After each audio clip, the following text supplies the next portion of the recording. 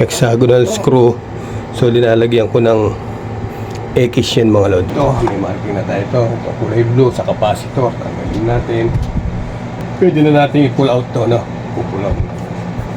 So lagay lang natin sa isang tabi. Walang wire nakasabit. Labas natin dito para hindi siya sumabit. Pwede na siyang linisin.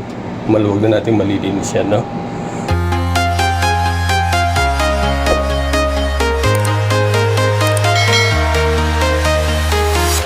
Mga lodi, no? Today's video ay ipapakita ko sa inyo kung paano yung tamang paraan at tamang gawin bago tayo magbaklas ng aircon o mag-disassemble ng aircon, mga lodi. So samahan nyo ako, ipapakita ko sa inyo kung paano yung pag-disassemble ng aircon window type. Ano ba kailangan natin mga tools para sa pag-disassemble tsaka assemble ng window type aircon kundura, no? So una-una itong screwdriver, Phillips screw, no? And then plier, plies sa Tagalog. And then permanent marker. So ito yung ginagamit para sa pag-marking, no? Para hindi tayo maligaw. So okay, panoorin nyo ang video ng pag-disassemble tsaka assemble ng aircon unit window type. Una natin gagawin ay markingan natin yung mga screwdriver para hindi tayo mga maligaw. Tulad to, hexagonal screw. So linalagyan ko ng X yan mga lodi, no? Yan. X. And then dito, so metal screw. So gagawin natin to bilog. Mga lodi, bilog. Ito rin bilog. No? Ito rin bilog yan. No? Yan ang palatandaan ko, lodi. Tapos dito sa gilid, ito hexagonal screw. So X din yan mga lodi, no? And then dito sa kabila, ito hexagonal screw, X din yan, no? Pero meron na siyang marking. Ito rin X din yan. So yung mga lodi, no, para alam natin kung saan natin ibabalik.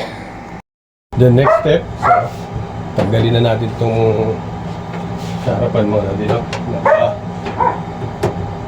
Iangat lang natin to, no? Iangat, kasi may mga lock siya dyan. And then dito, iangat lang din natin to. Yan, no? Sa kabila, angat din natin mga lodi. Then, so, yun na, tanggal lang mga lodi, no? Lagay natin dito.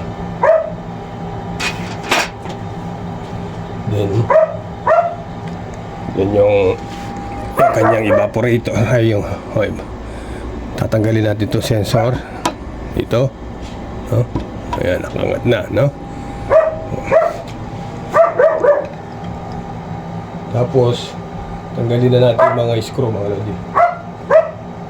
Sa taas, tanggalin natin dalawa.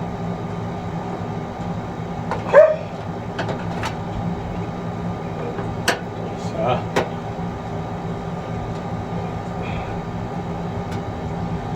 Diyan dito sa side na to.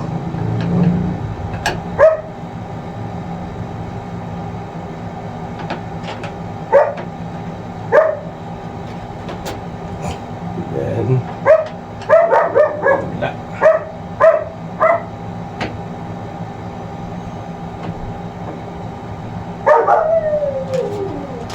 Sa likod. Okay. Sa likod.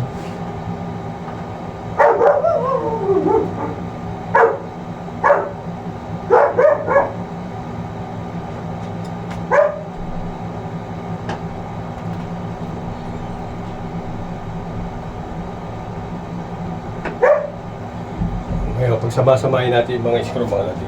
Ilagay natin sa isang tabi. So, lalagay natin dito sa sulok. Then, pwede na natin iangat ito mga natin. Ano pa pala dito?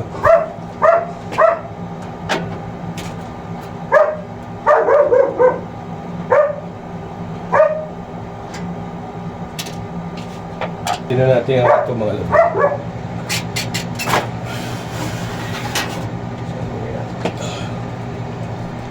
Then, sunod na natin ito. Yung evaporator pan. No? And next tayo, itong control. No? Itong control. So may dalawang screw siya dito sa harap. Tanggalin natin.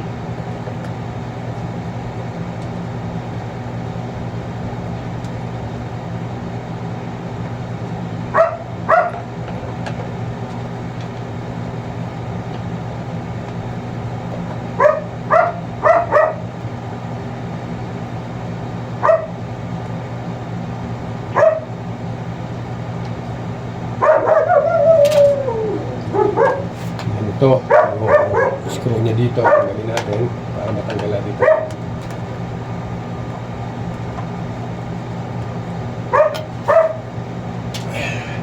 Tanggal na natin ito mga lodi.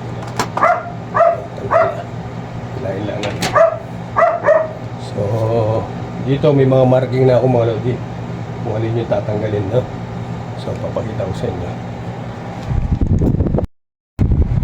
So, yung mga kapit dito kailangan natin tanggalin mga lodi dito sa compressor. So ito dilaw, itong black, saka itong blue. No, kung makita nyo may yellow nakalagay dyan, no? So palatandaan din yan. Linagyan ko na to mga lodi, dati ko na kasi linilinis eh. So ayun yun, no? Tatanggalin mo doon yellow. And then meron din siya ditong brown, blue, saka yung black, no? So mas maganda maglagay tayo ng marking dito, no? Bawat to, tatanggalin to. Tatanggalin natin to. Lalagyan natin to. Lagyan natin blue. No?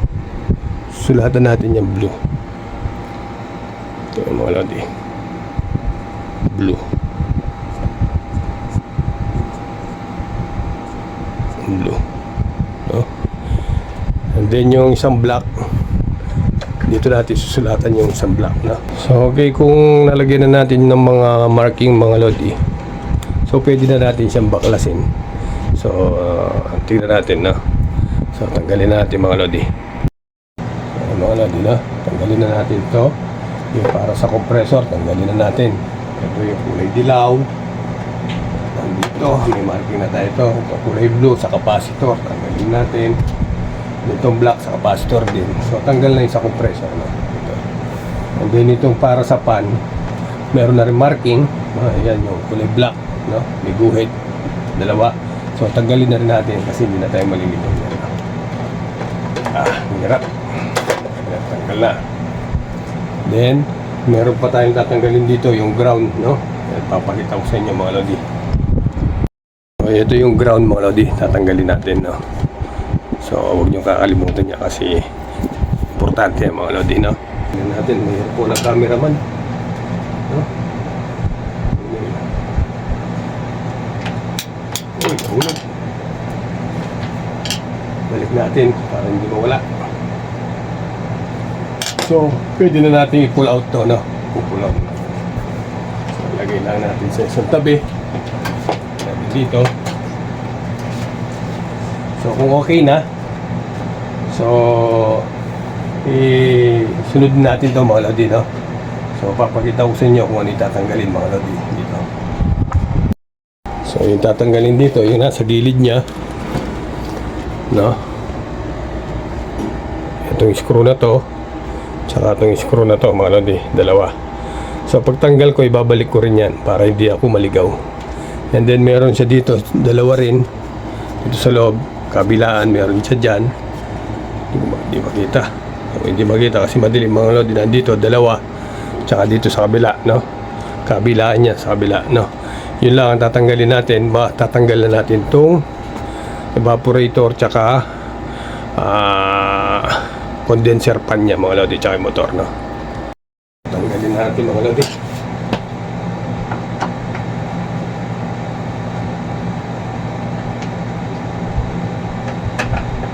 Sa gilid, tanggalin natin yung pinakita ko. Dalawa, ito. And then yung dito sa loob. Madilim.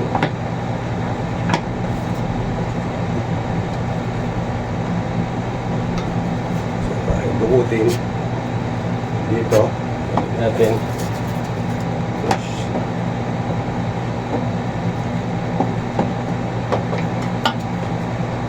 Na.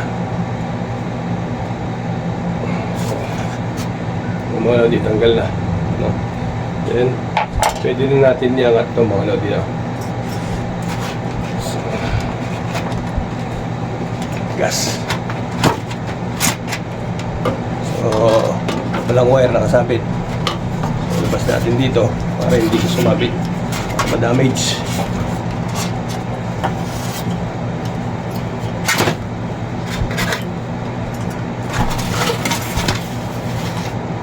Tanggal na mga lodi. Ito na, tanggal na yung assembly ng condenser. So, itatabi rin natin yung screw dito. So, ilalagay na, ibabalik ko dito to mga lodi. Kasi baka mahalo doon sa kabila. Kaya huwag na lang ipitan.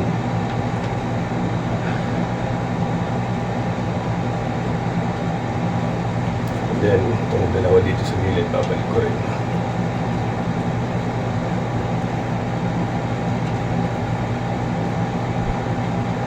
Then, tanggalin na natin ito. Wala din. Itong isa, tanggalin natin. Ito lang, ayan lang. Oh. Tanggal na. Ito natin. So, ganun lang po mga idol. Baklas na yung mga accessories ng aircon. Pwede na natin siyang ililinisin. So, papakita ko sa inyo. No? So, ayun mga lodi, no? So, baklas na siya. Wala na, pwede na siyang linisin. Maluwag na natin malilinis yan, no? So, paano naman mag-assemble? Ganun, no? Ganun din mga lodi. Assemble natin yung palatandaan natin. Huwag natin kakalimutan, may mga palatandaan naman. May mga markings naman tayo mga lodi, no? Mga lodi. So, ganun lang kasimple, kadali, no? Wala pang 30 minutes, baklas na. So, paano naman natin babalik? So, kung ano yung huli mo tinanggal, yun din yung una mo ilalagay naman mga lodi. So, simple lang. So, itong styrofoam. So, ilalagay na natin.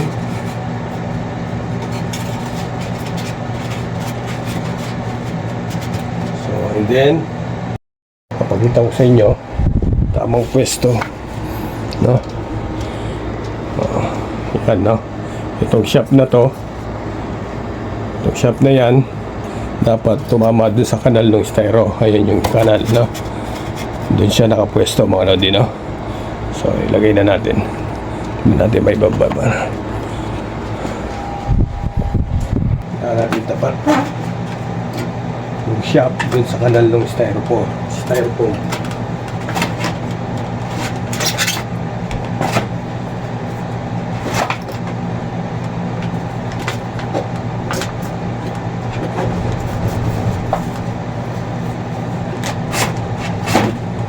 Na, no? Tapos ikutin natin ito kung wala sumasayad. Dapat wala siyang sayad. So, kita nyo, wala siyang sayad, wala kayo naririnig mga lodi, no? Ibig sabihin, saktong-sakto, tamang-tama mga lodi, no? So, then balik na natin yung dalawang screw nito dito, no? Lagay na natin. So, dukutin nyo muna ng kamay, no? Kaya ang problema, pag malaking tao, malaki ang kamay, hindi niya may madudukot. Talagang yung screwdriver na magnetic ang kailangan niya. So, ako na, maliit ang kamay ko. So, walang problema. Lagay na. Check natin to. Check nyo kung tama, no? So, then, balik na natin yung screw dito. Yung dalawang screw, no? So dito, no? Ito, tsaka ito, no? Mga lodi, balik na natin. Dalawa yan, na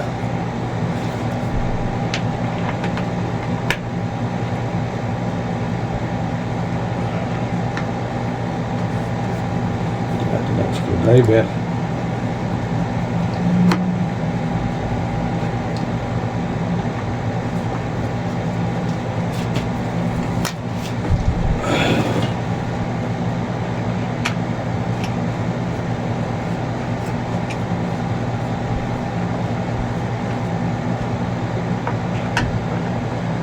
Yan, ikpit na natin yung screw dito sa loob.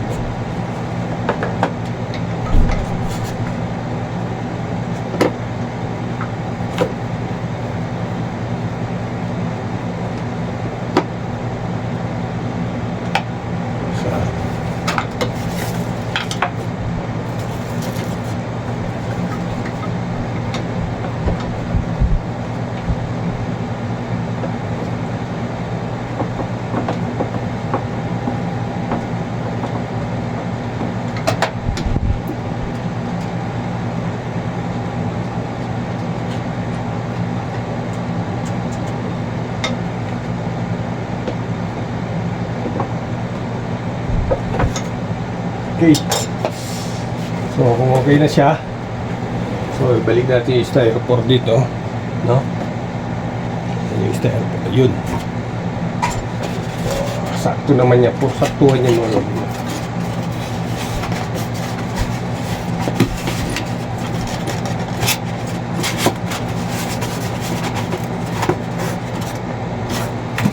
igutin nyo, kailangan walang sayad. Wala siyang sayad, yan umiikot mga din ha. Then balik na natin yung control switch, no? So tanggalin muna natin ito para hindi naman. So lagay na natin to. So makikita nyo mga lodi, meron siyang palatandaan dito, yan o. Kailangan i-shoot nyo siya dito, no? Ito, nakalaan para siya dyan, para hindi siya gumalaw. Yun yung pinaka ano niya. Pagaling mo na dito, pagaling natin ng konti, and then yun, shoot na. Okay. Tapos itong ground sa ilalim, yun natin.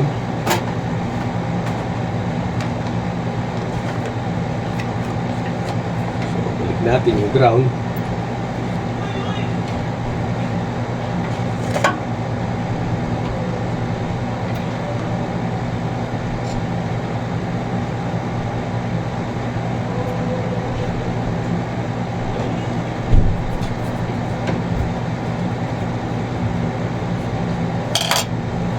And then balik na natin yung ground.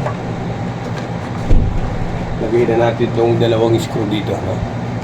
Sa mga lati. Lagay na natin yung dalawang screw dyan para hindi siya gagalaw-galaw, no? Pag linagay natin yung wire. So lagay na natin yung dalawang screw.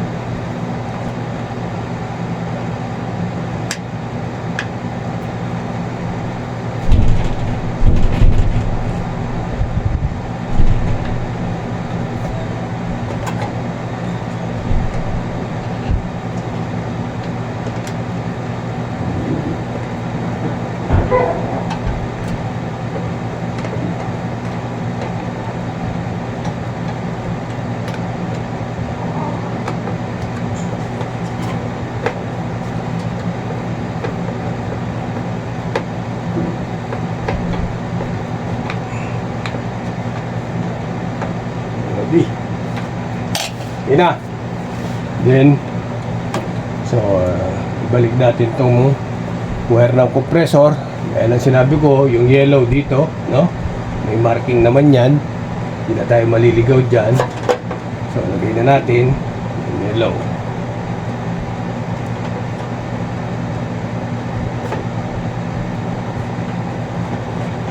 So huwag nyo na akong tanongin kung para sa lahat yung wire. Di ko alam ano din, no?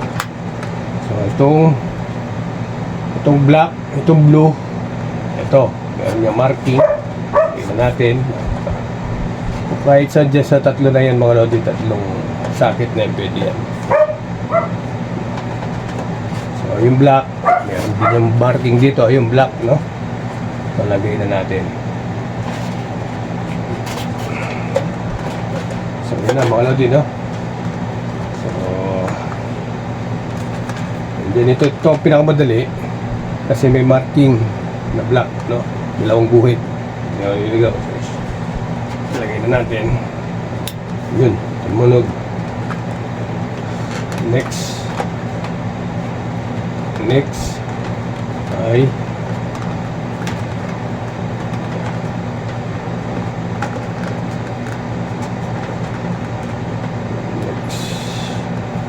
next, yung takip. So, yung takip niya, lagay na natin.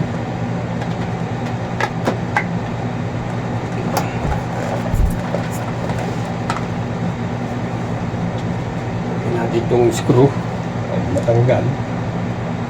So, ganun lang kasimple mga natin. Pagka may mga markings ka. And then, ibalik na natin yung pinaka-cover. Okay. Wala pala itong sensor.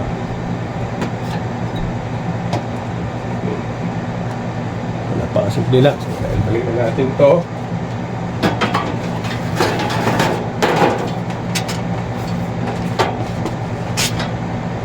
Kung pagbalik nito mga lodi, makikita nyo, no? Meron siyang lock dito. Tapos may kanal to. I-shoot mo lang to, no? Dapat nakashoot yan dyan. So, kabilaan niya mga lodi. So, okay. Shoot na natin. Na. Kabila.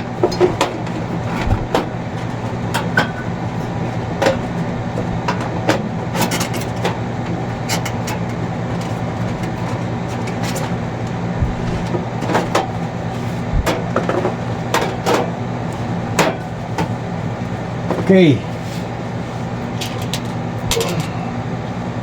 So, pagbalik ng tornilyo nito, yung mga metal screw, so huwag nyo muna higpitan kasi may mga adjustment pa tayong gagawin. Ito wala ito wala.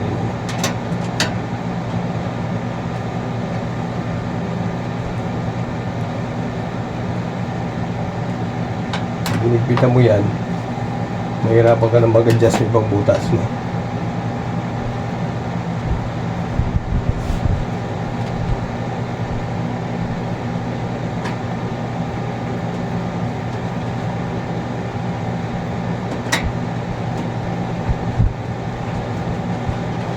Ikot natin. Tulad to, wala. Kailangan natin adjust. So, higpitan natin, hindi natin may tatama. So, ayan na. Dito, isa. So, tulog ko. Oh.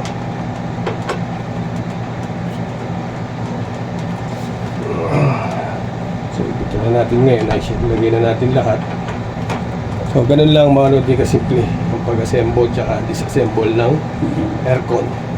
Yun yung tamang paraan para hindi tayo, para may balik natin siya ng original na. Ito natin lahat yan.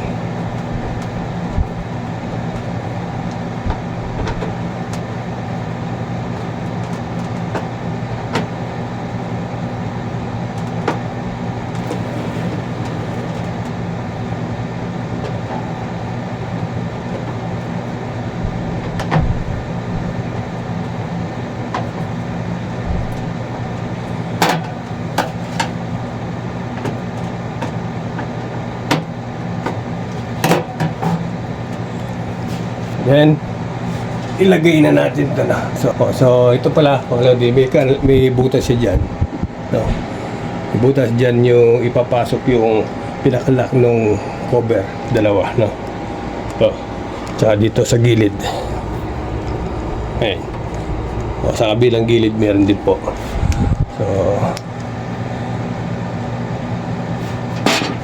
So ilalagay lang natin. Papasok natin sa kanal. So, yung kanal. Ayun. Then dito, papasok din natin. Saan na. No? So, yun lang po mga lodi. Okay na mga lodi, no? So, ganun lang kabilis tsaka kadali magbaklas o mag-disassemble at mag-assemble ng aircon unit na window type, no? So, ano ang sikreto? Marking lang po mga lodi, no? So, hanggang dito na lang po ang aking video. Good day po sa inyong lahat. At God bless at maraming salamat sa inyong panonood mga lodi.